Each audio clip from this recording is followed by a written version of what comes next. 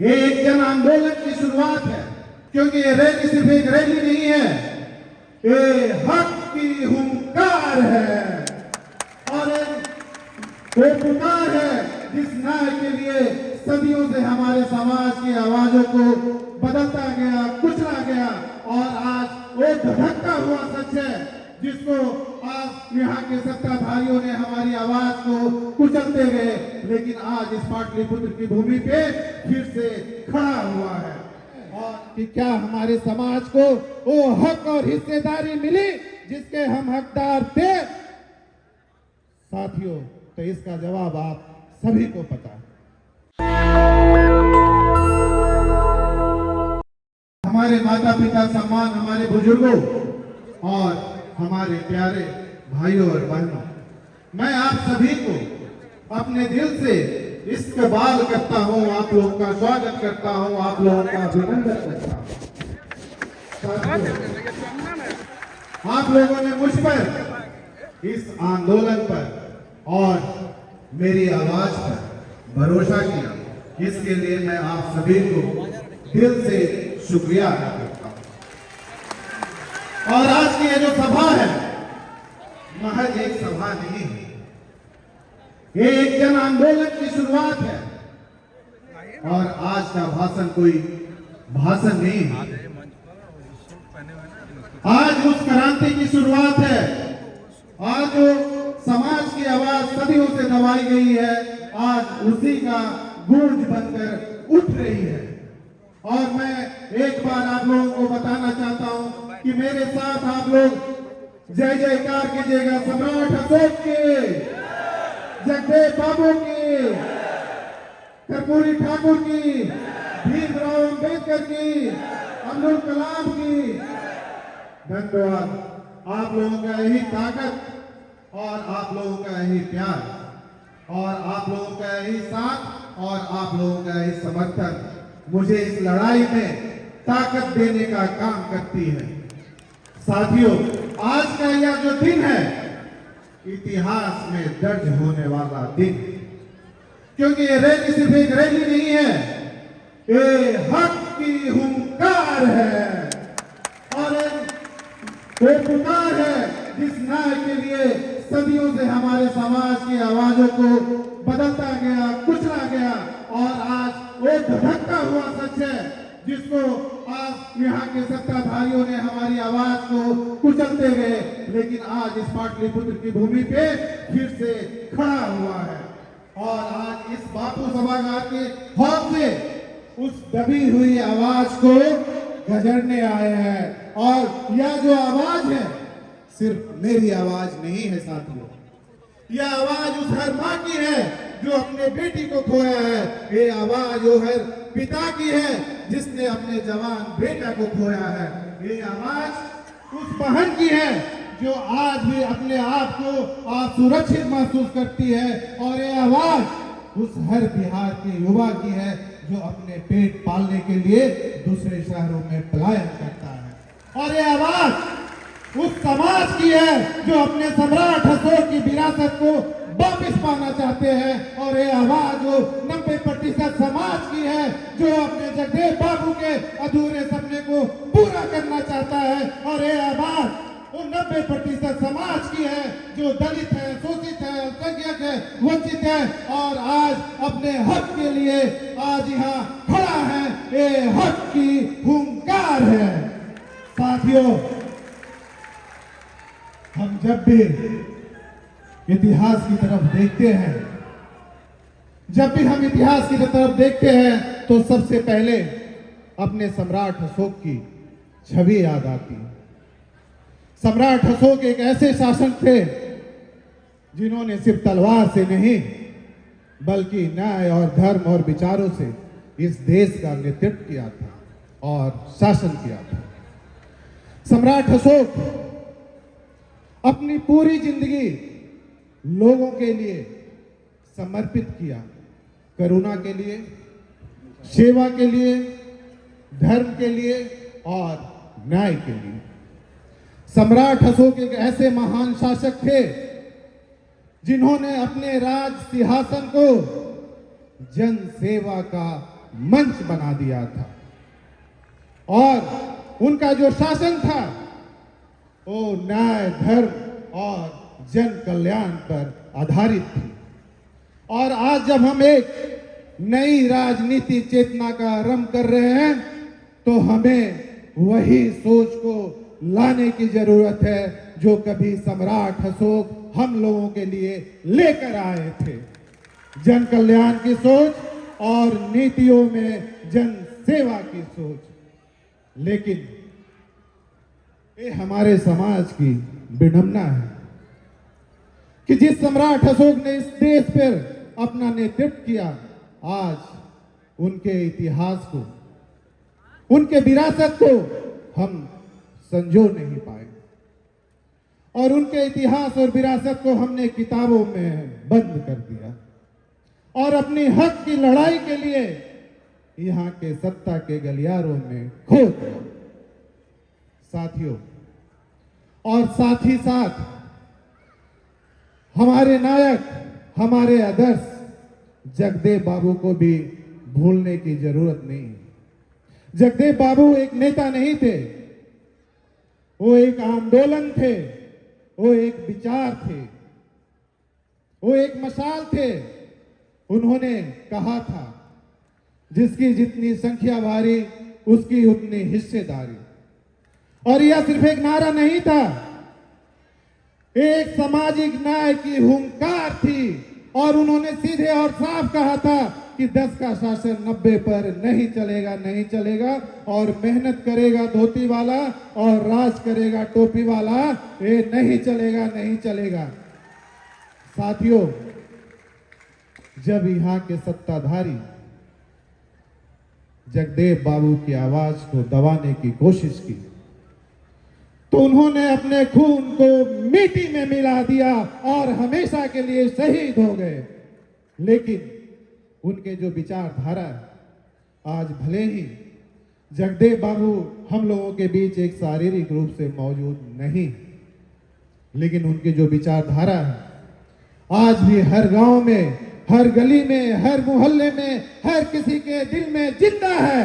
और आज फिर से अगर कोई लड़ाई हम लोग लड़ने जा रहे हैं तो जगदेव बाबू का सपना अधूरा नहीं रहना चाहिए, क्योंकि उन्होंने कहा था प्रतिनिधित्व में समानता चाहिए और संसाधनों में हिस्सेदारी चाहिए।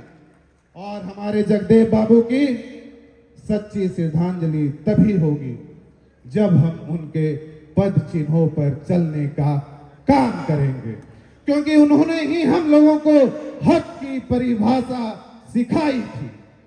और अगर हमें सत्ता में आना है और हमें अपनी हिस्सेदारी की लड़ाई लड़ना है तो हमें सम्राट अशोक और जगदेव बाबू दोनों के पद चिन्हों पे चलने की जरूरत है। साथियों, एक सवाल बरसों से मेरे सीने में दबी है और मेरी आत्मा मुझसे सवाल करती है कि क्या हमारे समाज को वो हक और हिस्सेदारी मिली जिसके हम हकदार थे। साथियों, तो इसका जवाब आप सभी को पता है। हमने सबको सत्ता में बैठाने का काम किया, हमारे हाथों ने सबके सपने को आकार दिया, लेकिन यहाँ के सत्ताधारियों हमेशा हमें विकास से दूर रखने का काम किया। चुनाव आए, वादे हुए, वादा किया गया तुम्हें तुम्हारा हिस्सेदारी मिलेगा, लेकिन चुनाव आए और उनके वादे टूटे।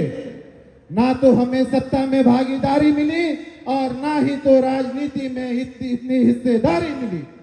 हमने सबको सत्ता में बैठाने का काम किया, लेकिन बदले में हमें सिर्फ और सिर्फ उपेक्षा मिली।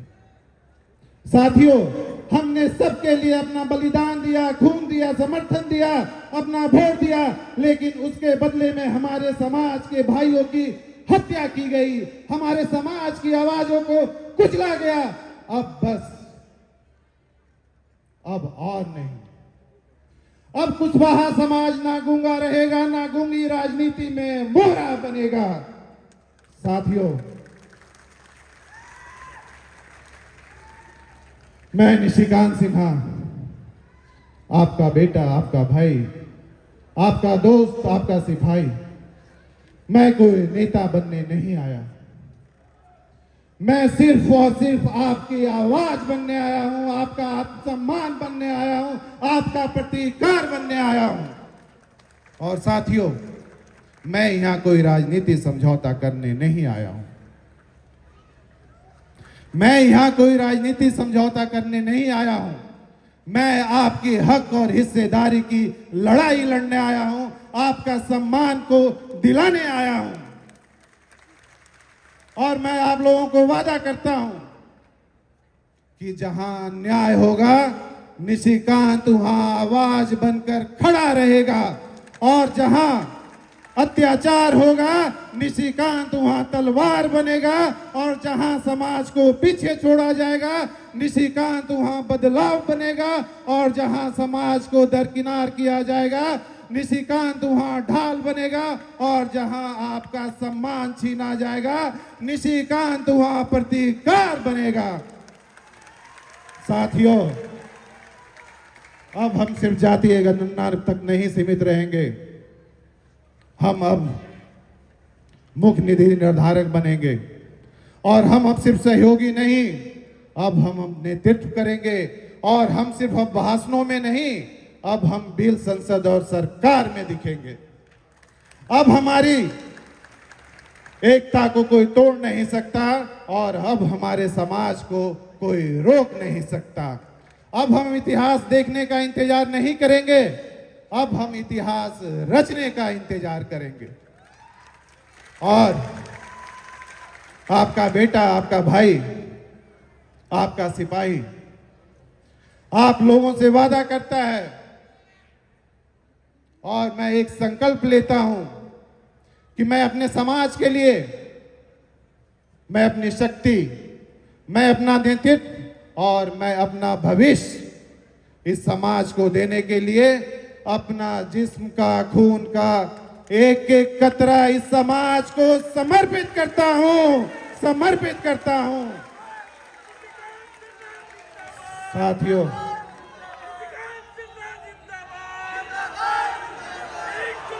साथियों, आप लोगों का यही प्यार और यही समर्थन मुझे इस लड़ाई में ताकत देती है।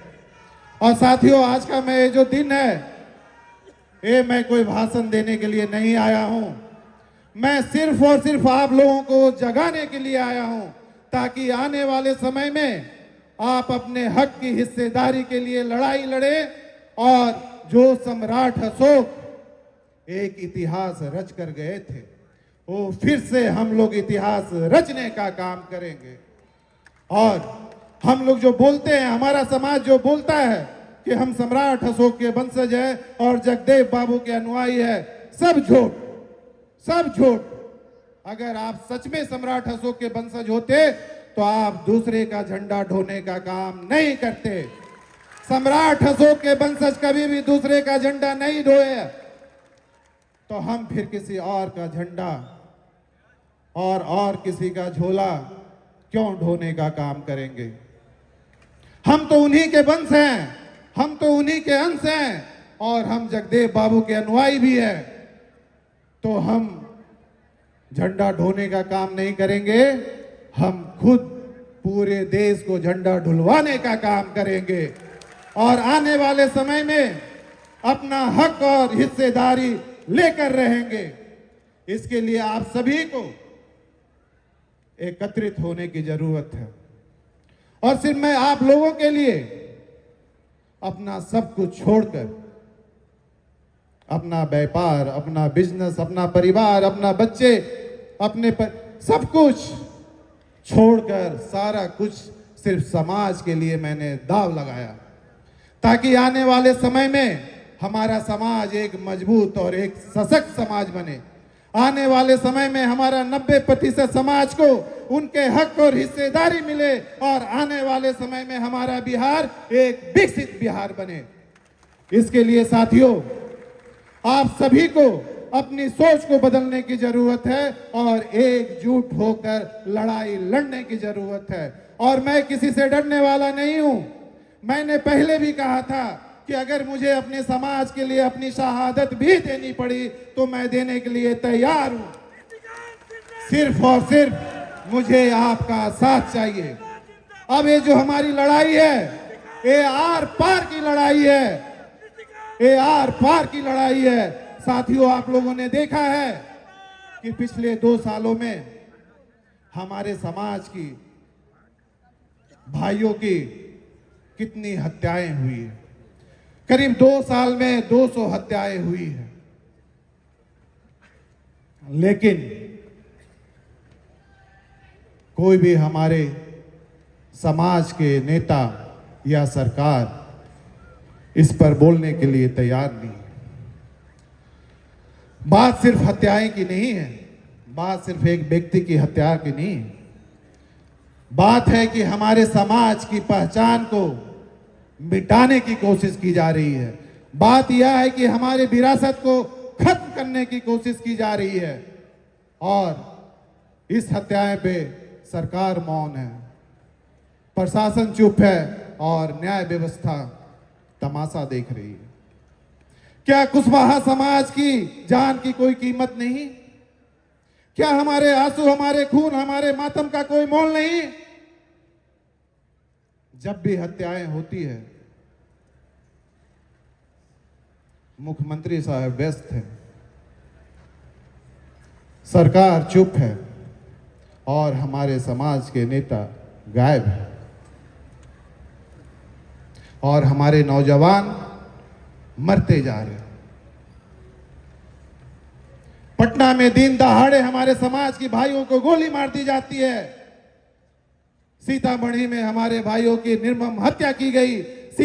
सीतामढ़ी के बाद सासाराम में हमारी स्नेहा कुशवाहा बहन की हत्या करके फांसी पे लटकाया गया और उसके माता पिता को अपनी ही बेटी की लाश देखने की चाहत पूरी नहीं हो पाई। कैसा शासन है, कैसा शासन है जहां नौजवान जिंदा नहीं, बेटी सुरक्षित नहीं और हमारे नौजवान मारे जा रहे हैं। क्या यहां जिंदा रहने का चाहत भी एक साजिश मानी जाएगी? क्या यहां इंसाफ मांगना भी एक गुनाह है क्या? साथियों, जब किसी मां की गोद सूनी होती है तो सिर्फ एक बेटा नहीं मरता है, बल्कि समाज की आत्मा रोती है। और एक मां बोलती है कि मुझे न्याय चाहिए, पर वो मां की आंसू अब ठहरेगी नहीं। अब एक गुस्सा हमारा रुकेगा नहीं। अब हर मां बोलेगी और एक संकल्प लेगी कि मुझे न्याय चाहिए। और हर यहाँ पे युवा बोलेगा मुझे रोजगार चाहिए, हर बेटी कहेगी मुझे सुरक्षा चाहिए, हर व्यक्ति बोलेगा मुझे जिंदगी चाहिए। और बिहार के हर गली मोहल्ले से एक आवाज आएगी, मुझे निशिकांत चाहिए, मुझे निशिकांत चाहिए। निष्कांत सेना, निष्कांत सेना। साथियों, कैसा हो, निष्कांत सिन्हा जैसा हो। साथियों, हमने सबको सत्ता में बैठाने का काम किया। हमने सबको सत्ता में बैठाने का काम किया। हमने सबको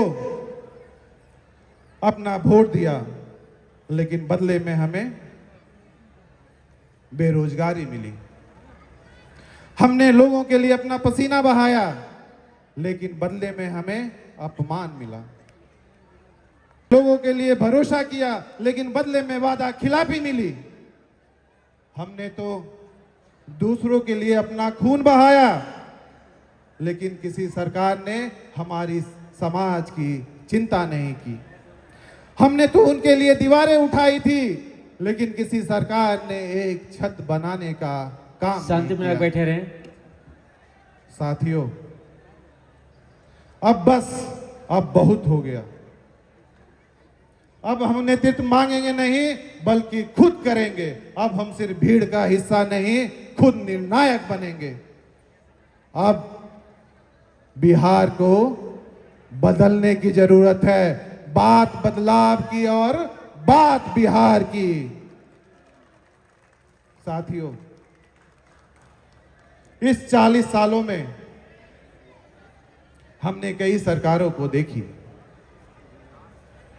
सरकारें आते रही जाते रही, लेकिन हमारी जिंदगी वहीं की वहीं रुकी रही। 40 साल कोई कम समय नहीं होता है साथियों। हमारे 4 दशक गुजर गए और हर बार ये वादा हुआ, ये बोला गया विकास होगा, बदलाव होगा, पर क्या हुआ? विकास तो हुआ, पर किसका विकास हुआ? बदलाव तो हुआ, पर किसका बदलाव हुआ? जनता का नहीं, सिर्फ नेता का। अब समय आ गया है, इन 40 सालों का हिसाब दो। आप बोलते हो विकास हुआ है। अगर हमारे बिहार का बेटा दिल्ली में ऑटो चला रहा है, हमारे बिहार का भाई बंबई में गाड़ी चला रहा है, यहाँ का युवा अपना पेट पालने के लिए पलायन कर रहा है, यहाँ का व्यक्ति पंजाब में जाकर मजदूरी कर रहा है और यहाँ की बेटी बेंगलोर में जाकर नौकरी ढूंढ रही है, और आप बोलते हो विकास हुआ है। अगर इसी को विकास बोलते तो फिर एक किसान इतना मेहनत करने के बावजूद भी कर्ज में डूबा हुआ है। आज एक गरीब परिवार अपने इलाज करवाने के लिए अपना दम तोड़ रहा है और एक युवा अपने नौकरी के लिए पलायन कर रहा है, और आप बोलते हो विकास हुआ है। विकास तो हुआ है, लेकिन सिर्फ और सिर्फ यहाँ के अखबारों में और होर्डिंग में हुई है, ना कि सच्चाई जनता की विकास हुई है। अब समय आ गया है कि 40 सालों का हिसाब दो और बताओ, बिहार बदला या बस तुम्हारी किस्मत बदली है? साथियों, अब समय आ गया है कि हम बिहार की जनता को एक नया विकल्प दें, और अब समय आ गया है बिहार को एक विकसित बिहार बनाए, और आने वाले समय में हम अपने हक और हिस्सेदारी का हिस्सा लें। इसके लिए आप सभी को एकजुट होकर लड़ने की जरूरत है। अगर आज नहीं लड़ेंगे तो इतिहास आपको कभी भी माफ नहीं करेगा साथियों, और ये मौका आपको कभी दोबारा नहीं मिलेगा, और कोई भी समाज का बेटा पुनः आपकी लड़ाई लड़ने के लिए नहीं आएगा। ये आप आज गांठ बांध करके रख लीजिए। और अगर हम चाहते हैं कि 2025 में हम बिहार को एक विकसित बिहार बनाएं और अपने समाज को एक मजबूत समाज बनाएं और 90% लोगों को उनका हक और हिस्सेदारी दें, तो इसके लिए हम सभी को एक मंच पर आने की जरूरत है। मैं आपसे 3 सवाल पूछता हूं। क्या आज हमारे कुशवाहा समाज में एक नए नेतृत्व की जरूरत है या नहीं है? आप लोग बताएं, है या नहीं है? आज हमारे बहुजन समाज को एक नए नेता की जरूरत है या नहीं है? आज बिहार को एक नए विकल्प की जरूरत है या नहीं है? जोर से बोलिए, है या नहीं है? आप लोग क्या कहते हैं कि क्या है, हमें एक नई पार्टी बनानी चाहिए? बनानी चाहिए? हाँ। और 2025 में अपनी ताकत दिखानी चाहिए? हाँ। तो आप लोगों की बातें और आप लोगों का आदेश को पालन करते हुए मैं आप लोगों को बताना चाहता हूं कि मैं एक नई पार्टी की घोषणा कुछ ही समय में एक नए जगह पे, और मैं आप लोगों को एक और बड़ी बात बताने जा रहा हूं कि लड़ाई जब पूरे बिहार की है तो बिहार की 10 सबसे बड़ी पार्टी हमारे साथ आकर इस लड़ाई को लड़ने के लिए तैयार है, और इसकी घोषणा 10 पार्टियों के साथ हम शायद हफ्ता 10 दिन के बाद प्रेस कॉन्फ्रेंस करके करने वाले हैं। और उदाहरण के लिए मैं बता रहा हूं कि जो देश की सबसे बड़ी पार्टी थी और अभी भी है, जिन्होंने बिहार के लोगों को एक सपना दिखाने का काम किया था, और जितने में बिहार में अभी तक नेता बने हैं सब उसी पार्टी के प्रोडक्ट हैं। आप सब लोग उस पार्टी को जानते होंगे, जनता पार्टी। जनता पार्टी भी आज हमें अपना नेता चुन लिए हैं, और इसके लिए मैं जनता पार्टी के सभी सदस्यों को मैं बहुत बहुत धन्यवाद देता हूं। नेशनल दस्तक की आपसे गुजारिश है कि अगर इसको बचाना चाहते हैं तो नेशनल दस्तक को सब्सक्राइब करने के लिए रेड कलर के सब्सक्राइब बटन को दबाएं, फिर बेल आइकन की घंटी दबाएं। नेशनल दस्तक को बचाने के लिए बहुत जरूरी है कि हर खबर को शेयर करें, लाइक करें, कमेंट जरूर करें।